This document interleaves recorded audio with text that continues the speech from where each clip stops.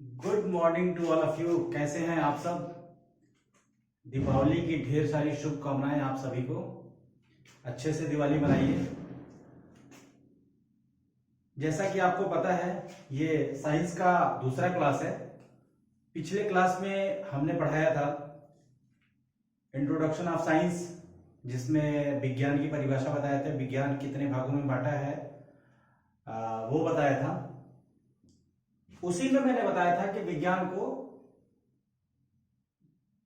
दो भागों में बांटा था, जिसमें से भौतिकी विज्ञान में दो भाग थे, एक भौतिक विज्ञान, दूसरा रसायन विज्ञान। ठीक है।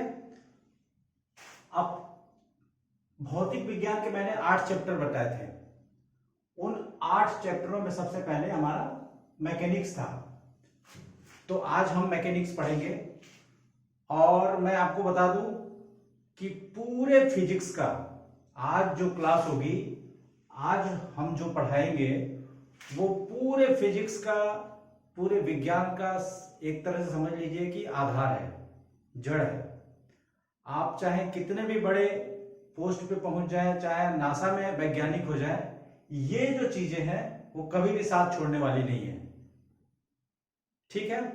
और ये चीजें समझ में नहीं आई तो आपको कभी भी फिजिक्स समझ में नहीं आएगा। और ये चीजें अगर समझ में आ गई तो समझ जाइए कि आप फिजिक्स का 50% समझ गए। देखने में छोटा है लेकिन है बहुत काम की चीज। हमेशा फिजिक्स में साथ साथ ही चलती रहेगी। तो इसका कॉन्सेप्ट क्लियर करना बहुत जरूरी है।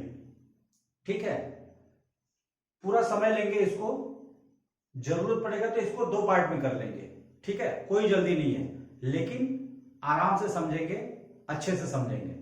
ठीक है। सबसे पहले हमने बताया था कि भौतिक विज्ञान एक भाग है, साइंस का एक भाग है भौतिक विज्ञान। अब देखिए, सबसे पहले तो हमको यही जानना है कि भौतिक विज्ञान होता क्या है। ठीक है। फिजिक्स फिजिक्स फिजिक्स लोग कहते हैं, लेकिन अगर पूछ दीजिए किसी से कि फिजिक्स की परिभाषा बता दीजिए तो लोग नहीं बता पाएंगे। छोटी सी चीज है लेकिन मैक्सिमम लोगों को नहीं पता होती है।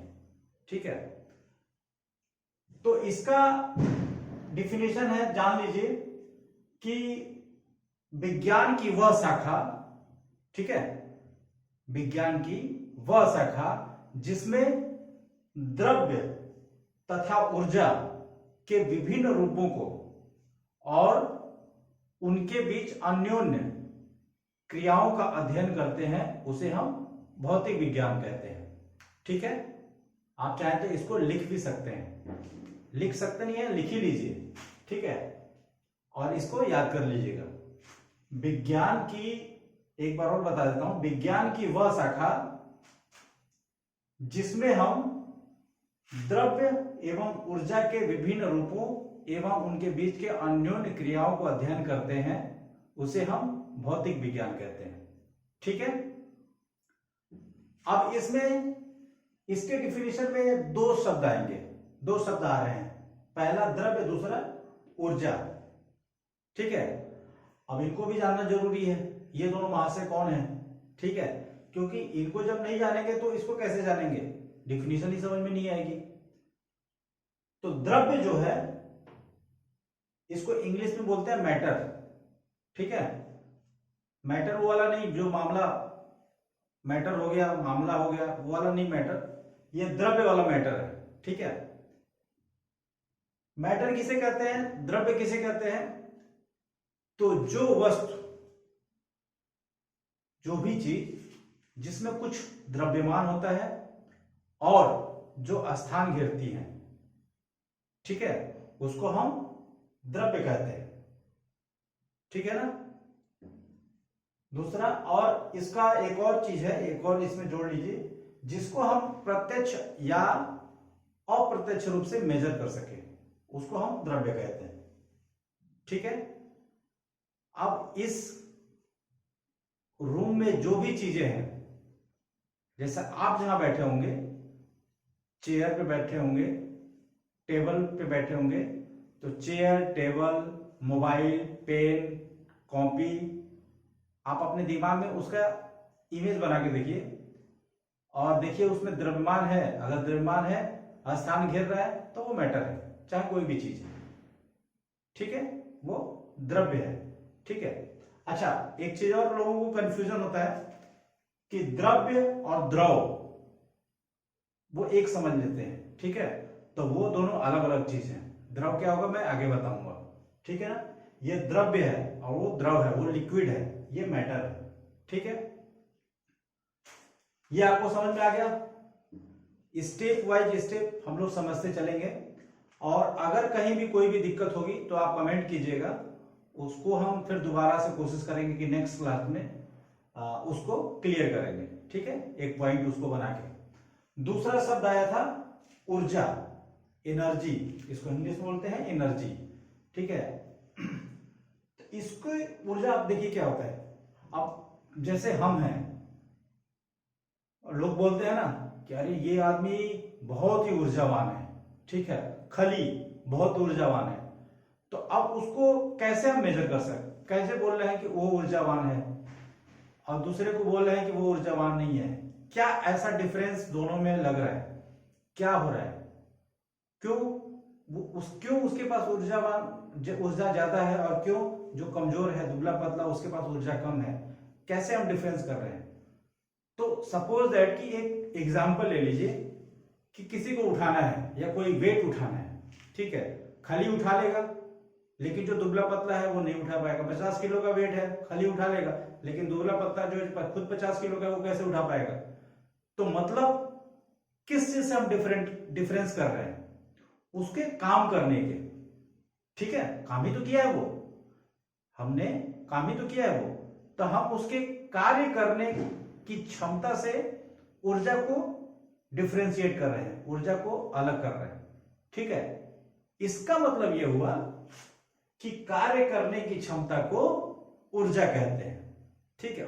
एक लाइन में बहुत ही सिंपल और शॉर्ट में इसकी डिफिनेशन है। कोई भी पूछे यूनिवर्सल ट्रूथ, यूनिवर्सल टाइप का, कहीं भी किसी देश में जाइए, कार्य करने की क्षमता को ऊर्जा कहते हैं बोल दीजिए, वो आपकी बात को काट नहीं पाएगा, ठीक है। मेरे ख्याल से ये समझ में आ गया होगा, ठीक है ना। कार्य करने की क्षमता को ऊर्जा कहते हैं, ठीक है। भौतिक विज्ञान किसे कहते हैं वो समझ में आ गया, द्रव्य समझ में आ गया, ऊर्जा समझ में आ गया। अब इसके बाद आइए आगे चलते हैं।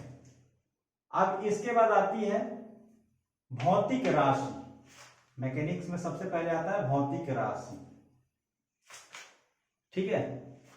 भौतिक राशि से पहले हमको पता होना चाहिए राशि, राशि किसे कहते हैं, ठीक है। क्वांटिटी, राशि किसे कहते हैं।